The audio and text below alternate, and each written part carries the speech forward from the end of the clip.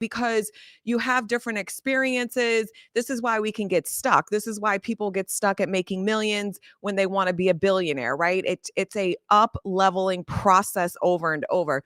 This is why some people get stuck at making, $500,000 a year and they won't hit 100 for a while, or they're making $100,000 months and they want to go to $500,000 months, and it takes several years sometimes for people to do it, and they're already successful, right? It's not that they have this terrible self-concept when it comes to money, but there's a version of themselves that has created new beliefs from the last several years that have limited them to that experience of holding and receiving a certain amount of money every month, right? So we want to understand that we want to manifest in a new version of us. And a new version of us means that I'm kind of analyzing myself, doing that self-discovery work so that I can understand, who am I being, right? How do I really view myself in this situation? Do I believe I'm smart enough?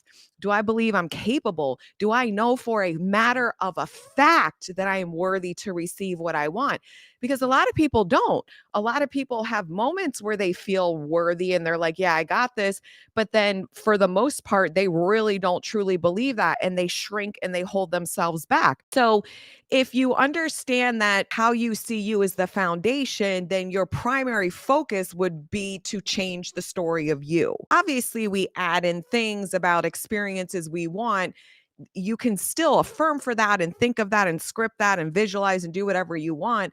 But it's understanding that you can call it in, but don't you want to keep it? Don't you want to keep it and then expand it if you decide to go to the next level with it? And a lot of you won't do that because you'll get stuck in, I'm not worthy enough. I don't believe I'm deserving of having this. And it will kick in those insecurities and fears of, I'm going to lose this when you get the more money, when you get the job you want, when you get the person you want to be with in your love life. So it's so important to understand that. And so we know it's not about chasing, it's about becoming the person who already has it. Neville's really clear. Neville talks about that all the time, about being in the wish fulfilled. That's what living in the end is. It's, I already have what I want, so I don't sit here and fret about how am I going to get it. I don't feel like I don't have it. I don't sit around and think, oh my God, am I ever going to hear from this person again? Or how am I going to get millions of dollars? Like, no, if you're in the wish fulfilled, if you're living in the end, then your thought process is dominantly rooted in that reality. What would you actually be thinking? Oh my gosh, thank you for all this wealth.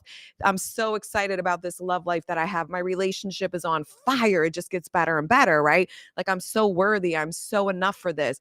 I am feeling so safe in my relationship. Like, money is easy for me. Like, I am a wealthy woman. This is who I am, right? Like, really anchoring into that. When you live as if you are already that version of yourself, girl, you're gonna get it. It has no choice. It's just you picking and choosing that consciously daily for yourself until it becomes your new natural assumption, until it becomes the new way you think of money, until it becomes the new way you look at the world, until it becomes the new way you see yourself in all these areas of your life. It doesn't matter. You get to decide what that is. So you want to keep being the version of you who is in a loving relationship, who has the success, who knows they're worthy of receiving it. Well, how do you do that? Change your thoughts, your feelings, and your choices. Pay attention to you. Who are you when you spend money?